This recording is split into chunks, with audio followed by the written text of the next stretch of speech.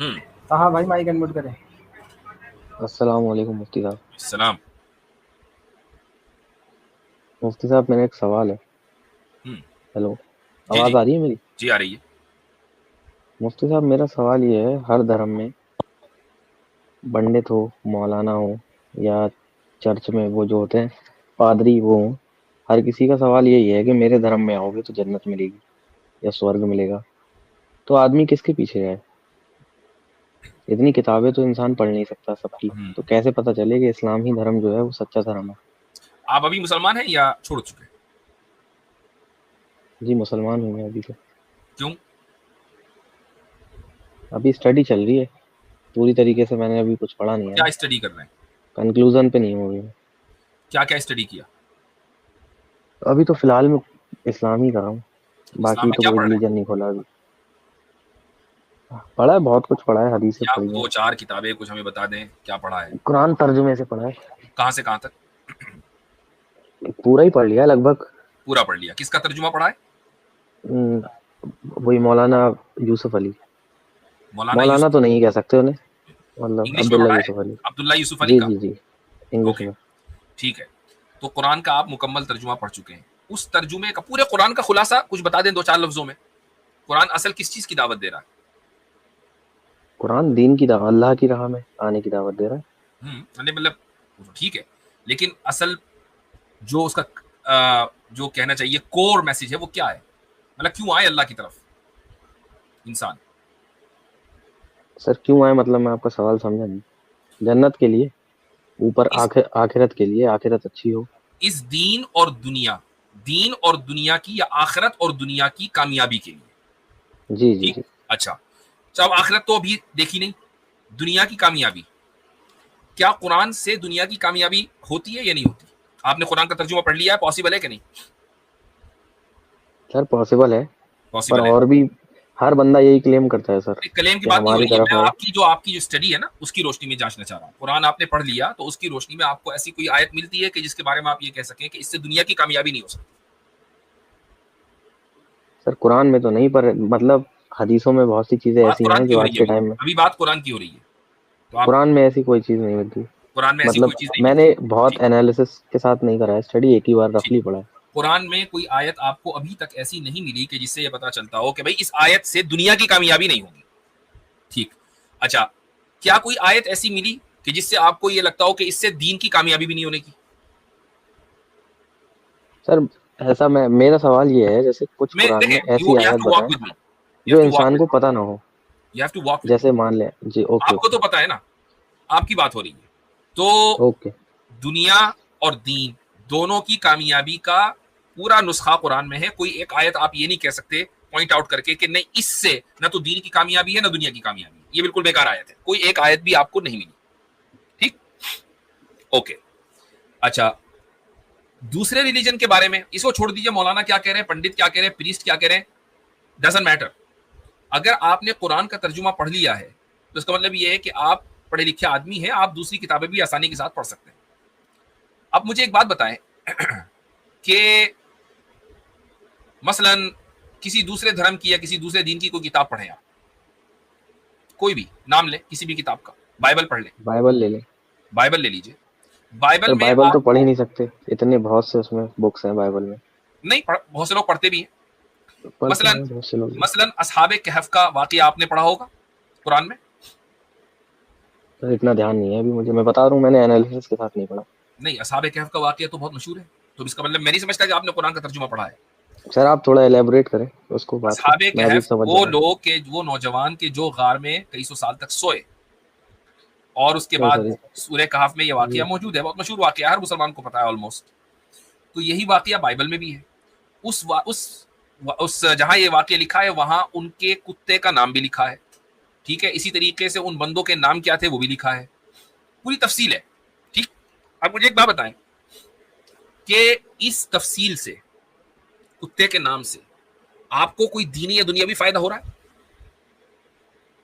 نہیں سر. نہیں ہو رہا. تو کم سے کم ایک بات بائبل میں ایسی لکھی ہوئی ہے کہ جس سے نہ دین کا فائدہ نہ دنیا کا. بھائی کتے کا نام پتا چلے نہ چلے, اس سے کیا فائدہ؟ صحیح ٹھیک. بات ہے, یہ تو بات آپ ویلڈ پوائنٹ.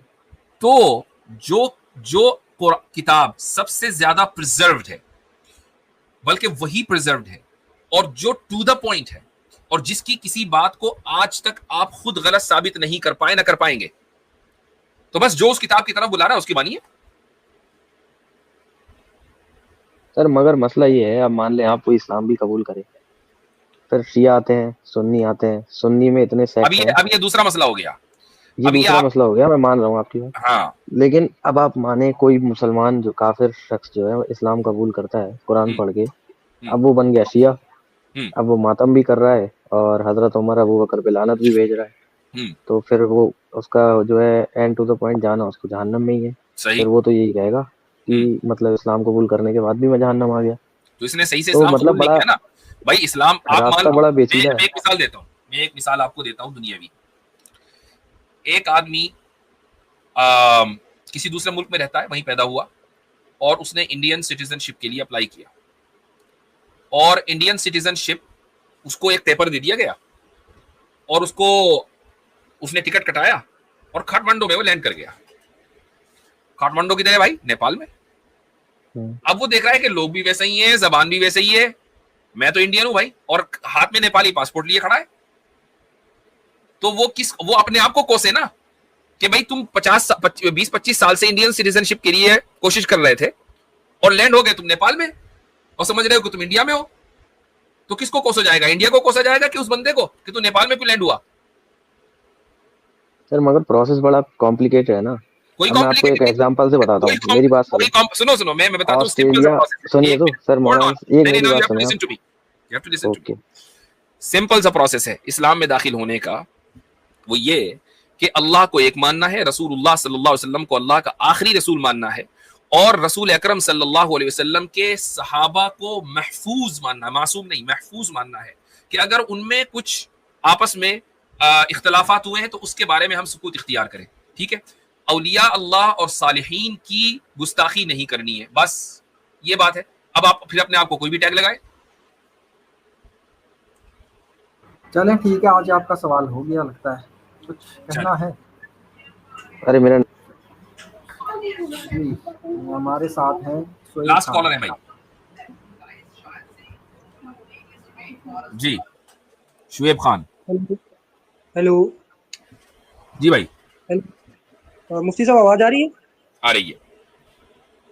مفتی صاحب میرا ایک کوشچن تھا کہ جیسے اپنے ایمان والے ہم مسلمان ہیں، تو ہمارا ایمان کبھی گھٹتا ہے کبھی بڑھتا ہے، تو ہمارے ایمان کو بڑھانے کے لیے مفتی صاحب کیا کرنا پڑے گا کہ ایمان بہت بڑھے اور ایسا محسوس ہو کہ دل میں کہ ایمان بڑھ رہا ہے؟ کبھی آپ اللہ والوں کی مجلس میں بیٹھیں تو آپ کو اپنا ایمان مضبوط ہوتا ہوا نظر آئے گا. ٹھیک ہے؟ ایک آیت آپ کے سامنے میں پڑھتا ہوں کہ ایک منٹ.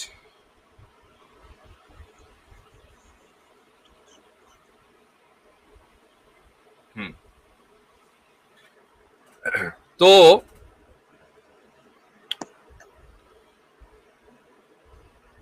وَإِذَا مَا أُنزِلَتْ سُورَةٌ فَمِنْهُمْ مَنْ يَقُولُ أَيُّكُمْ زَادَتْهُ هَذِهِ إِيمَانًا فَأَمَّا الَّذِينَ آمَنُوا فَزَادَتْهُمْ إِيمَانًا وَهُمْ يَسْتَبْشِرُونَ. اس آیت کا مطلب کیا ہے کہ جب کوئی صورت نازل ہوتی تھی تو جو مؤمنین ہیں ان کے ایمان میں اضافہ ہوتا تھا اور وہ خوش ہو جاتے تھے. تو اللہ تعالیٰ کے کلام کو سن کر اور اس کو پڑھ کر ان کے ایمان میں اضافہ ہوتا تھا. اس آیت سے یہ پتا چلا کہ جو اللہ تعالیٰ کا کلام ہمارے سامنے ہے، یعنی قرآن کریم، آپ قرآن کریم کی تلاوت کریں، زیادہ سے زیادہ ذکر و اذکار کی پابندی کریں، اہل اللہ کی مجالس میں بیٹھیں، اس طریقے سے آپ کا ایمان تازہ بھی رہے گا اور اس میں اضافہ بھی ہوگا. جی جی. میں کافی وقت نا مفتی صاحب مسجدوں میں لگاتے رہتا ہوں، میں تبلیغ جماعت سے جڑا ہوا ہوں، تعلیم بھی کرتا ہوں اور اللہ والوں کے ساتھ صحبت میں رہتا بھی ہوں. لیکن مفتی صاحب میرے نا ذہن میں نا کفریہ شرکیہ وسوسے آتے رہتے ہیں، تو اس کو کیسے ہینڈل کرنا ہے مفتی صاحب؟ وسوسے انسانی طاقت کے باہر ہیں، اس کو ہینڈل کرنے کی کوئی ضرورت نہیں. جو کام آپ کر رہے ہیں کرتے رہیں. وسوسوں کو وسوسہ جانے اور کہیں کہ یہ شیطانی کام ہے، شیطان اپنی حرکت کر رہا ہے، ہم اپنا کام کر رہے ہیں اللہ کا ذکر کر کے اور اللہ کا کام کر کے. جی جی. جیسے کہ مفتی صاحب وسوسے آتے ہیں تو میں دن بھر میں بس کلمے پڑھتے رہتا ہوں. ہاں تو بس جو کام آپ کر رہے ہیں وہ کرتے رہیں، جس طرح آپ کے ایمان کی آج تک حفاظت ہوئی ہے آئندہ بھی حفاظت ہوتی رہے. ٹھیک ہے؟